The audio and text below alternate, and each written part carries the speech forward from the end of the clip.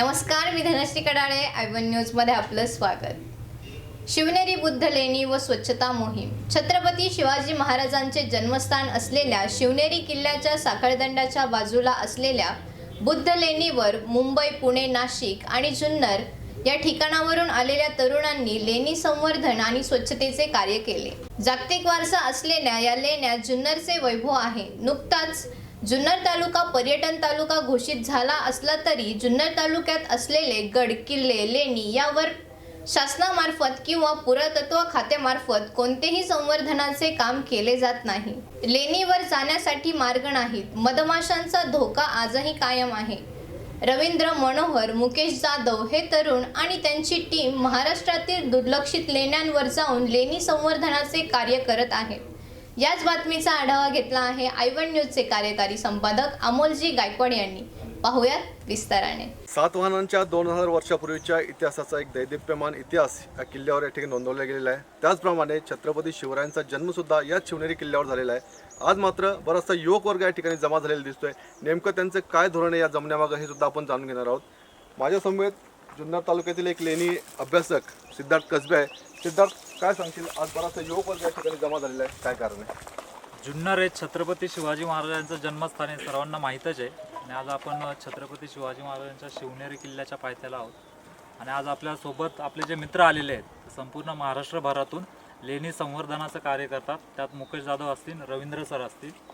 तर हे लोक जे आलेले आहेत हे पूर्ण महाराष्ट्रातून मुंबई, पुणे, नाशिक वेगवेगळ्या ठिकाणाहून आलेले आहेत. आणि महाराष्ट्रात जेवढ्या पण बौद्ध लेण्या आहेत तर बाकीच्या कोणत्या पण सर्व लेण्या आहेत त्यांचं संवर्धनाचं काम करतात. फक्त एक पिकनिक स्पॉट म्हणून येत नाहीत, तर त्याचं संवर्धन झालं पाहिजे. आता आपण ज्या रोडनी जाणार आहोत शिवनेरीचा साखळदंड मार्ग, तर तो रोड कसा आहे, लेणी संवर्धन झालेला आहे की नाही त्याची ती सर्व माहिती घेणार आहेत. साफसफाई पण करणार आहेत. आज आपला जुन्नर तालुका पर्यटन तालुका पण झालेला आहे, त्याच्याबद्दल पण आपण थोडी माहिती उद्या किंवा ह्याच प्रोग्राममध्ये दाखवणार आहोत. लेणींच्या काय अवस्था आहे तर आपण सगळ्यांना पण विचारू शकता काय त्यांचं काम. सर्वात जास्त लेणी ही जुन्नर तालुक्यात आहेत. आपण पाहू शकताय की महाराष्ट्रातून या ठिकाणी युवक वर्ग जमा झालेला आहे. माझ्या समवेत रवींद्र मनोहर आहेत. हे सुद्धा लेणी संवर्धनाचं काम करतात. महाराष्ट्रातील वेगवेगळ्या लेणींवर त्या ठिकाणी त्यांनी साफसफाई केलेली आहे. त्या प्रकारचं अभियान त्यांनी राबवलेलं आहे. रवींद्रजी, काय सांगाल तुम्ही या उपक्रमाबाबत? बघा, हा आपला ऐतिहासिक ठेवा आहे आणि प्राचीन आपली ओळख आहे.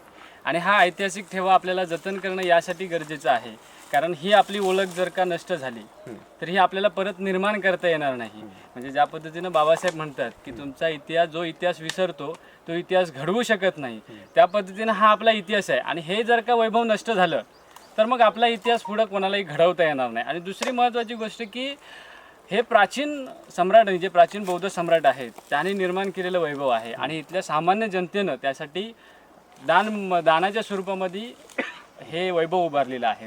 आणि हे वैभव आपल्याला टिकवून ठेवणं काळाची गरज आहे, कारण असा ठेवा जगभरामध्ये आपल्याला जास्त पाहायला भेटत नाही. तो आपल्या महाराष्ट्रामध्ये आपल्याला लाभलेला आहे.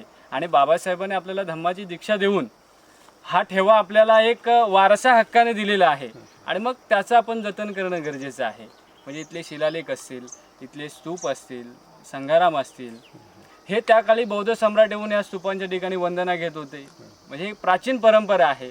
आणि ती प्राचीन परंपरा आज आपण पुनर्जीवित करणं काळाची गरज आहे, कारण लोकांना ज्यावेळी याची माहिती मिळेल की हे नेमकं काय आहे, कशासाठी बांधलं होतं, त्यावेळी लोकांमध्ये जागृती निर्माण होईल. आणि ॲटोमॅटिकली आपली ओळख जी आहे, जी आपल्याला बाबासाहेबांनी ओळख दिलेली आहे बौद्ध म्हणून, ही आपली आयडेंटिटी क्रिएट होणार आहे. माझ्या समवेत मुकेश जाधव सुद्धा आहेत. मुकेशजी, नेमकं शिवनेरी किल्ल्याचीच लेणी निवडण्यामागचं प्रयोजन काय? शिवनेरी असं आमचं म्हणजे महत्त्वाचं हे आहे की आम्ही कोकणामध्ये शक्यतो भौतिक लेण्यांवर काम केलं, त्याचा शोध पण घेतला. शिवनेरी मागचा मुख्य उद्देश हा आहे की आपल्याला नक्की शिवाजी महाराजांचा इथं किल्ला आहे, तर आपल्या लक्षात आलं की त्याच्या मागचा उद्देश काय नक्की, की ह्या लेण्या ह्याच्या आसपास आहेत. तर नक्की समजलं पाहिजे की ह्या लेण्यांचा आणि त्या किल्ल्याचा ह्याचा काय संबंध असेल.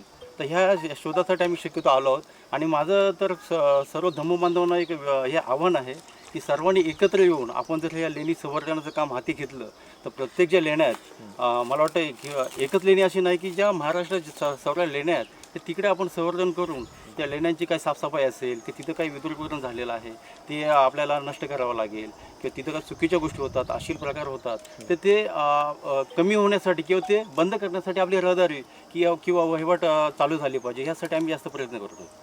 निश्चितच एक चांगल्या प्रकारचं काम या ठिकाणी या ग्रुपकडून होताना दिसत आहे. आपण ज्या लेणीकडे जाणार आहात त्याच्यावर 2000 वर्षापूर्वीची साधारण पेंटिंग असल्याचं सिद्धार्थचं म्हणणं आहे. चैत्यगृह त्या ठिकाणी आहे, ती लेणी आज आपण पाहणार आहोत. चला तर मग आपण पुढे जाऊया.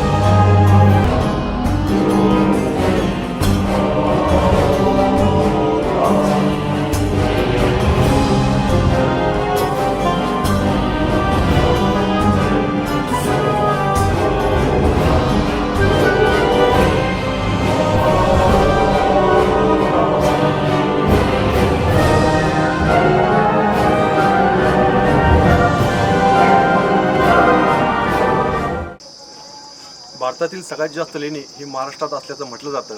महाराष्ट्रातील सर्वात जास्त लेणी हे पुणे जिल्ह्यातील जुन्नर तालुक्यात जवळपास 350 ते 400 लेणी असल्याचं म्हटलं जातं. आजही आपण शिवनेरी किल्ल्यावर आहोत. जुन्नर तालुक्यातील सर्वाधिक बौद्ध लेणी ही शिवनेरी किल्ल्यावर आहेत. या शिवनेरी किल्ल्यावर असलेल्या लेण्यांमध्ये विविध प्रकारचे शिलालेख आपल्याला दिसतात आहेत. हे शिलालेख आपण पाहू शकतोय. माझ्यासमोर सिद्धार्थ कसबे आहे. सिद्धार्थ, हे जे शिलालेख या ठिकाणी कोरले गेलेले आहेत, नेमक्यांचं कारण काय? हे जे शिलालेख आता आपण पाहतोय तर ते सर्वप्रथम पाली भाषेतील आणि ब्राह्मी लिपीतील शिलालेख आहेत. तर ही इथे एक पाण्याची टाकी आपल्याला दिसते. तर या पाण्याच्या टाकीच्या वरती शिलालेख कोरलेले आहेत. तर त्याच्यामध्ये लिहिलेलं आहे की कोणत्या राजाने किंवा कोणत्या व्यापाऱ्यांनी यांना दान दिलेलं आहे. म्हणजे ह्या ज्या टाक्यांना, ह्या लेण्यांना कोणी दान दिलेलं आहे तर त्याचा हा उल्लेख आहे. आपण शिवनेरी किल्ल्यावर आता तुम्ही सांगितलं सर्वात जास्त लेणी या शिवनेरी किल्ल्यावरती. आज जुन्नर तालुका पर्यटन तालुका म्हणून घोषित झालेला आहे. जर जगभरातील पर्यटक इथे यायचे असतील तर या लेण्यांवरती पहिल्यांदा लक्ष दिलं पाहिजे. आणि आपण तर पाहिलेले रोड किती खडतर याचा प्रवास करून आलेलो आहे. आणि सर्वात मोठी जर कोणती काय होतं धोका जर असेल, खूप बाहेरच्या देशातले लोक येतात. आता आपण एक 40-50 पुण्या मुंबईहून लोक आलेलो आहोत, अभ्यासक आलेले आहेत. खूप लोक येत असतात शिवनेरी किल्ला पाहण्यासाठी, लेणी पाहण्यासाठी. त्यांना सर्वात मोठा धोका कोणता असेल तर इथं आपण ज्या लेणीवर उभे आहोत तर या लेणीवर सुद्धा खूप अशा मधमाशांची पोळी. जर आपल्या कॅमेरामॅनने जर त्याच्यावर फोकस केला तर ती पोळी किती आहे, लांब आहेत आपल्यापासून, पण तो धोका आहे. तर इथले जे प्रशासन आहेत, आपले आमदार आहेत, शरदा सोनवणे यांनी जुन्नर तालुका पर्यटन करण्याबाबत खूप मोठे प्रयत्न केले. त्याच्यामुळे झालेला पण आहे. पण खूप जर खबरदारी म्हणून काय उपाय करायचे असतील लवकरात लवकर, जो काय निधी येणार असेल तो ज्यावेळेस येईल त्यावेळेस येईल. पण सर्वात प्रथम जर कोणतं आता काम केलं पाहिजे तर ते हे मधमाशा काढण्याचं आणि रोड एक चांगले सुव्यवस्थित रोड केले पाहिजे, फलक लावले पाहिजे, एवढीच एक मागणी. आणि आपण जे आता पाहतोय तर ती शिवनेरी लेणीची साखळदंडाच्या बाजूची लेणी पाहणार आहोत. खूप सुंदर अशी लेणी 2000 वर्षांपूर्वीचे कलर पण इथे आहेत. आता आपण ते पाहणार आहोत. निश्चितच ह्या ज्या लेण्या आहेत या लेण्यांकडे जायला कुठल्याही प्रकारचा रस्ता नाही आहे. आपण जर औरंगाबादमध्ये गेला असाल, डॉक्टर बाबासाहेब आंबेडकर विद्यापीठाच्या बॅक साईडला जी लेणी आहेत त्या लेणींकडे एक फुटपाथसारखा रस्ता बनवलेला आहे. पर्यटक प्रत्येक लेणीकडे जाऊ शकतो. इथं मात्र परिस्थिती अतिशय बिकट आहे. छत्रपती शिवरायांचं जन्मस्थान असलेला जुन्नर तालुका शिवनेरी किल्ला आहे. शरददादा सोनवणे यांच्या प्रयत्नातून असेल किंवा माजी आमदार वल्लभशेठ बेनके यांच्या प्रयत्नातून असेल, या किल्ल्याला एक वेगळं आगळं वैभव प्राप्त झालेलं आहे. या किल्ल्यावर सर्वाधिक बौद्ध लेणी असल्याचं म्हटलं जातं आहे. ज्या परिसरात आता आपण आहोत त्या परिसरात पेंटिंगसुद्धा अस्तित्वात होते. आता मात्र ते पेंटिंग दुर्लक्षित होत आहेत. कालांतराने पुढच्या पिढीला हे पेंटिंग्स दिसणार की नाही हा सुद्धा या ठिकाणी एक प्रश्न उरणार आहे. पुढच्या लेणीकडे आपण जाऊया.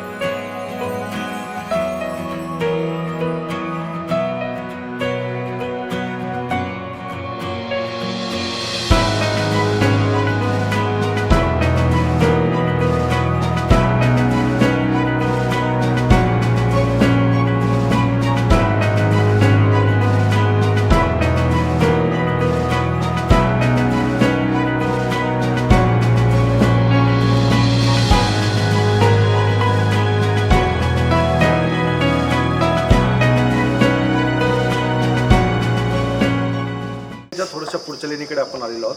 या ठिकाणी एक बांधकाम दिसतंय. नेमकं कशासाठी बांधकाम केलेलं आहे सिद्धार्थ करून आपल्याला समजू शकेल. सिद्धार्थ, नेमकं काय सांगशील याच्या बाबतीत? आता आपण इथं जे आलो आता हे पाहतो, एक छोटीशी खोली दिसते आपल्याला दगडामध्ये खोदलेली. आता ही जी आपण खोली पाहतोय तर हे आहे मेडिटेशन सेंटर, शून्यागार, जिथे एक व्यक्ती येऊन बसून ध्यान करू शकतो. जर आपण आतमध्ये गेला तर 2000 वर्षांपूर्वी इथं बौद्ध भिक्खू येऊन ध्यान करत असतील. आता हे जे पाहतोय हा एकदम एकच माणूस आतमध्ये जाऊ शकतो आणि आतमध्ये एकच माणूस राहू शकतो, ध्यान करू शकतो, एवढीच अशी जागा आहे. इथे जर कॅमेरामॅनने दाखवलं तर हा दरवाजा आहे. आता ओपन दिसतोय, पण इथं 2 खाचे आपल्याला दिसत आहेत. त्या काळामध्ये 2000 वर्षांपूर्वी इथे लाकडी दरवाजे होते, त्याचे तो पुरावा म्हणून आपण पाहू शकतो. आणि इथून समोर जर पाहिलं तर पूर्ण जुन्नरचा परिसर दिसतोय. असे हे शून्यागार. शून्यागार म्हणजे मेडिटेशन सेंटर. या लेणींचं अजून एक वैशिष्ट्य आपल्याला सांगता येतील की त्याच्या पूर्वेला या ठिकाणी मानमोडी लेणी आहे. या बाजूला लेण्याद्रीचा डोंगर आहे. एकूणच जेवढ्या लेणी या परिसरात आहेत, कदाचित बॅक साईडच्या लेणी, तुळजाई लेणी आपल्याला दिसू शकत नाही आहे, परंतु या ठिकाणाहून आपल्या जुन्नर परिसरातील जेवढ्या लेणी आहेत त्या लेणींचं दर्शन या ठिकाणाहून होत आहे. त्याचं एक वैशिष्ट्य अजून एक नमूद केलं पाहिजे. पुढच्या लेणीकडे आपण जाऊ.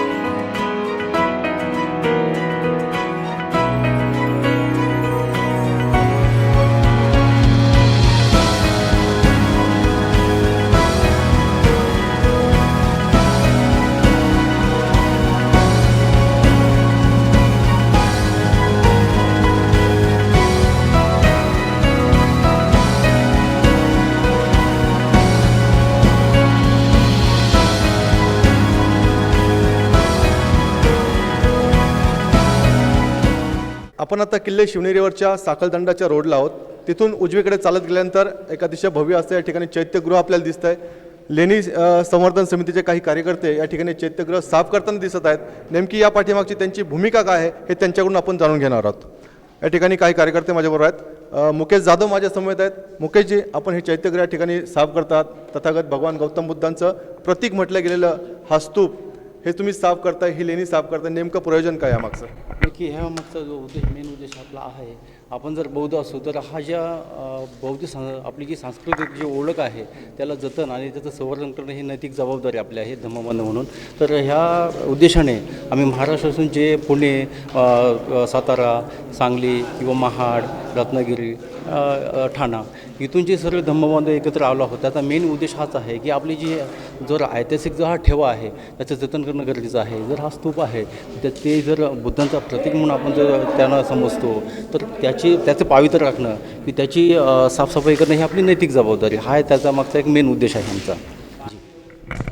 या लेणीमध्ये आपण पाहतोय की बाहेर बऱ्याच प्रकारचे शिलालेख आहेत, ज्या कोणी हे दान दिलेले आहेत लेणी कोरण्यासाठी त्यांचे शिलालेख आहेत. परंतु काही अतिउत्साही पर्यटक या ठिकाणी त्यांची नावं या बुद्ध प्रतीकावर कोरतात आहे. त्यांच्या बाबतीत आपण काय सांगाल? आपण ह्या मग मेन उद्देश त्यांचा बघत असाल की हा खोडसाल प्रयत्न आहे, म्हणजे जी आपले बौद्ध जे आयडेंटिटी आपले आहे ती पोचण्याचं हे काम आहे. म्हणजे ह्याचं विविधीकरण करण्याचा त्यांचा जो प्लॅन आहे. काही लोक येतात इथे, जे हौशी मौजी लोक असतात आणि जे काही धार्मिक विषयातून इथे लोक येतात, तर त्यांना माहिती आहे की हे जे प्रतीक आहे बौद्ध ह्या लेण्या बौद्धांच्या आहेत, तर त्यामध्ये ते येऊन अशी नावं काढून किंवा काही अशील प्रकार करतात किंवा इथे येऊन काही अशील नावं लिहिल्या जातात. त्याच्यामागचा हा त्यांचा उद्देश आहे की इथले त्यांचे जे आपलं अस्तित्व आहे ती मिटवावं, हा त्यांचा एक उद्देश आहे. म्हणून आपण हा प्रयत्न केला पाहिजे. मी तर महाराष्ट्रातील तमाम जे बौद्ध बांधव आहेत त्यांना विनंती किंवा त्यांना आवाहन करतो की त्यांनी प्रत्येकाने ह्या कामासाठी झटलं पाहिजे. कारण की जर आपली ही संस्कृती आपली आहे, हा जर ठेवा आपला आहे, तर त्याची साफसफाई किंवा त्याचं जतन करणं हा आपली नैतिक जबाबदारी आहे. निश्चितच या ठिकाणी मुकेशजींचं म्हणणं आहे की हा आपला जागतिक वारसा आहे, या वारसाचं जतन करणं ही आपली जबाबदारी आहे. आपण जर या लेणीचा बारकाईने अभ्यास केला तर लेणीचं जे छत आहे या छतावर साधारण 2000 वर्षापूर्वीचे पेंटिंग्स आपल्याला दिसून येतात आहे. आज त्या पेंटिंगचं व्यवस्थित जतन झालं नाही तर भविष्यात पुढील पिढीला हे पेंटिंग्स पाहायला मिळणार नाही, हे मात्र निश्चित.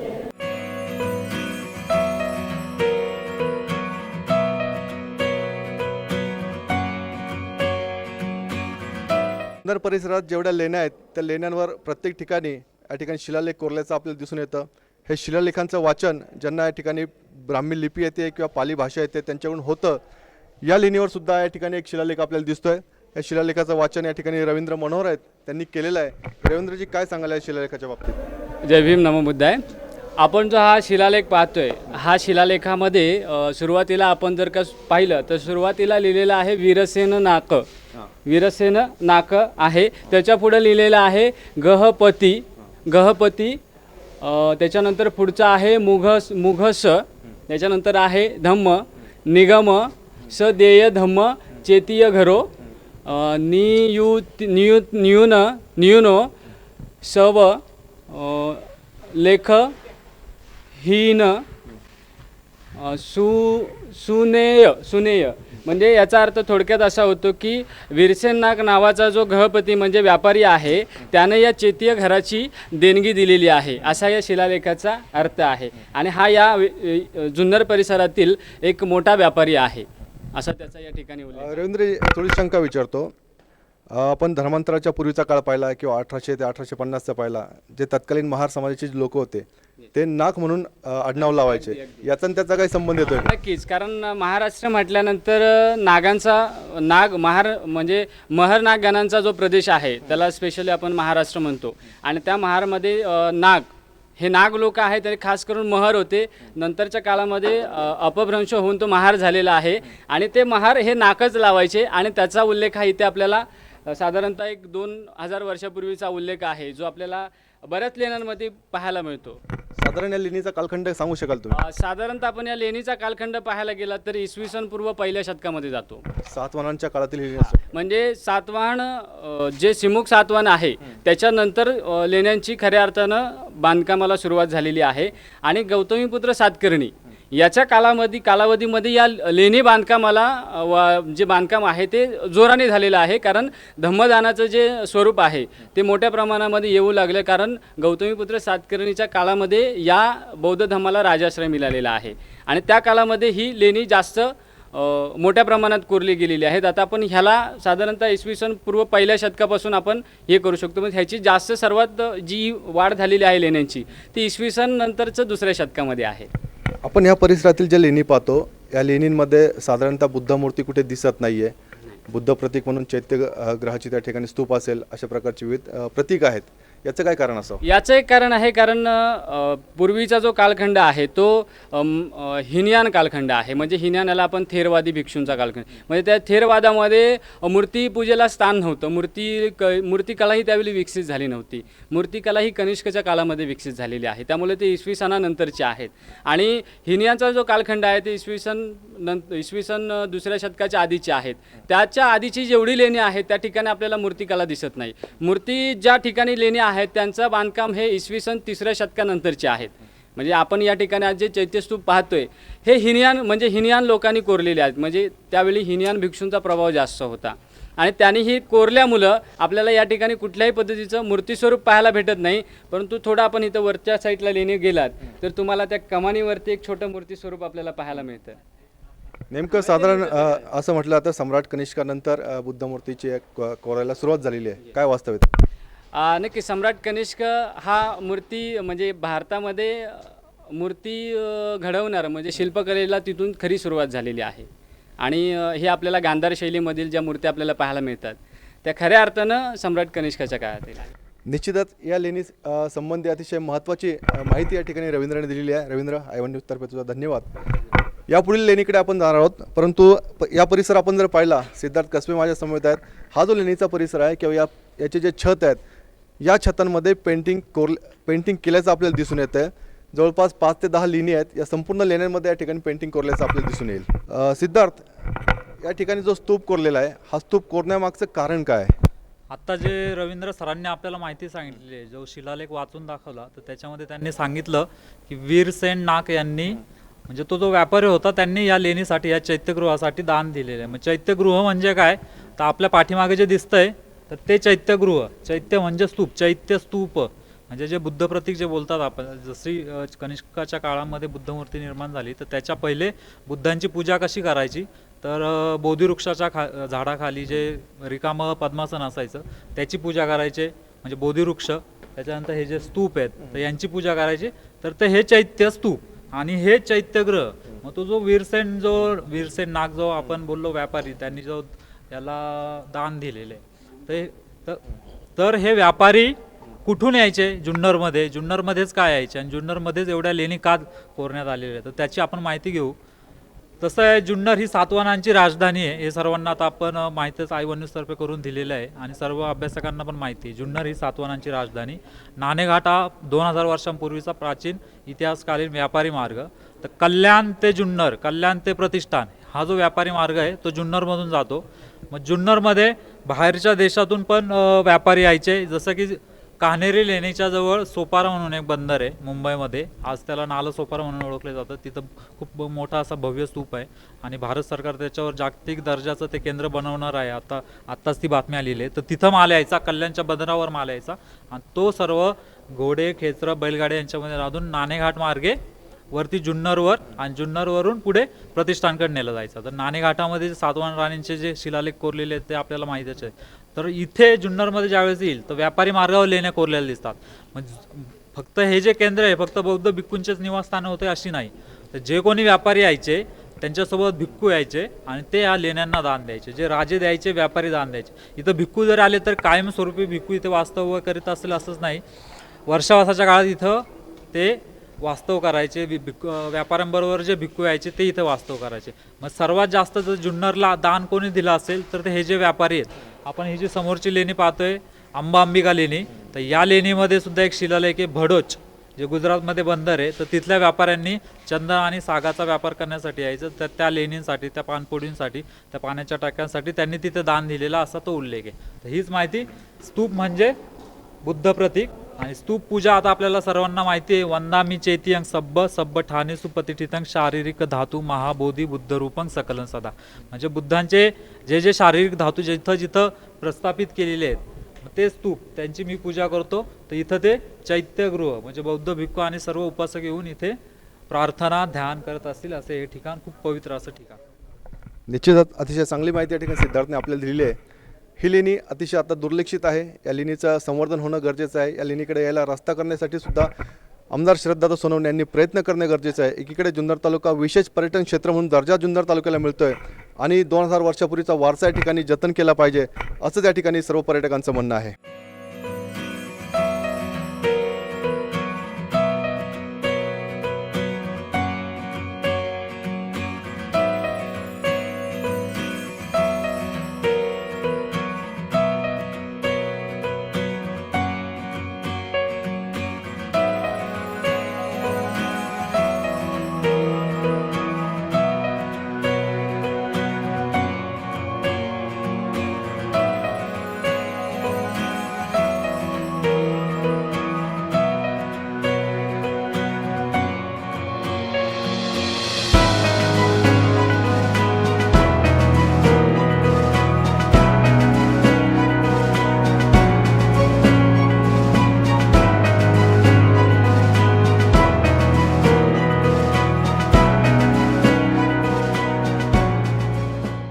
आपण जर पाहिलं की जुन्नर परिसरात जे स्तूप आहेत त्यांना प्रदक्षिणा मार्ग आहे. या ठिकाणी जो स्तूप आहे हा भिंतीत कोरला गेलेला आहे आणि ही जी काही खोली आहे किंवा हे जे काही चैत्यगृह आहे या चैत्यगृहाच्या प्रत्येक भिंतीवर किंवा छतावर सुद्धा या ठिकाणी पेंटिंग केलेलं आपल्याला दिसून येतं आहे. अतिशय जुनी पेंटिंग आहे. दुर्दैवानं पुरातत्व खात्याचं दुर्लक्ष असेल, शासनाचं दुर्लक्ष असेल की हे पेंटिंग आता नामशेष होण्याच्या मार्गावर आहेत. थोडेफार पेंटिंग्स आपल्याला अजूनही दिसतात आहे. आपण स्तूपाच्या त्या बाजूला सुद्धा पाहिलं तरी थोडेफार पेंटिंग अजूनही चांगल्या स्थितीत आहेत. याचं जर जतन केलं तर निश्चितच पुढील पिढीला या ठिकाणी ते पाहायलाच मिळतील. सिद्धार्थ, या स्तूपाचं वैशिष्ट्य काय सांगशील? आता आपण इथं जर पाहिलं तर आता स्तूप आपल्याला दिसतोय तर अर्धवट स्तूप आहे, म्हणजे भिंतीमध्ये कोरलेला आहे. मेधी आहे, अंड आहे, हर्मिका आहे आणि छत्री, म्हणजे परिपूर्ण असा जो स्तूप आहे तर त्याचं हे प्रतीक इथे कोरलेलं आहे. बाजूला चैत्यगृह आहे आणि हे जे आहे तर ते भिक्खूंचे ध्यानाची केंद्र आहे. जर आपण ह्या ज्या खोल्या जे पाहतोय आपण तर ते ह्या मेडिटेशन सेंटर आहेत. म्हणजे मेडिटेशन सेंटर म्हणजे काय, जर एक एक भिक्खू येणार, प्रत्येकाला खोली दिलेली आहे, एकच माणूस बसून ध्यान करू शकतो. समोरचा खूप नयनरम्य आणि खूप शांततामय असा परिसर आणि इथे ध्यान करतायत. आणि ध्यान करण्यासाठी स्तूप आहे. स्तूप म्हणजे बुद्ध. आता आपण हे पाहतोय स्तूप म्हणजे बुद्ध. स्तूप म्हणजे बुद्ध जर सांगितलं तर बुद्धांच्या सानिध्यामध्ये आम्ही ध्यान करतोय, तर त्याचं हे प्रतीक आहे. म्हणजे ही जी खोली जर पाहिली आपण, ही जी लेणी पाहिली आणि याच्यामध्ये जे शैल्यगृह, जे मेडिटेशन सेंटर आहे, शून्यागार आहेत, तर हे बुद्धांच्या सानिध्यामध्ये ते ध्यान करतायत. तर खूप मोठी पॉवर आहेत. एक वेगळंच धम्ममय वातावरण इथं निर्माण झालेलं असेल त्यावेळेस, जे 2000 वर्षापूर्वीच्या. आज फक्त कलर काही छोट्या प्रमाणात, कमी प्रमाणात शिल्लक आहेत, उद्ध्वस्त झालेले एक प्रकारे. पूर्ण चारीच्या चारी भिंती या पेंटिंगने, कलरने आपण आता दाखवलेल्या आहेत प्रेक्षकांना. पूर्ण चारीच्या चारी भिंती या पेंटिंगने पूर्ण केली, सुशोभित केलेल्या. आणि या मंगलमय वातावरण इथे बौद्ध भिक्खू येऊन ध्यान करत असतील. समोरचं दृश्यसुद्धा खूप सुंदर असं दृश्य आहे आणि खूप महत्त्वाची अशी ही लेणी.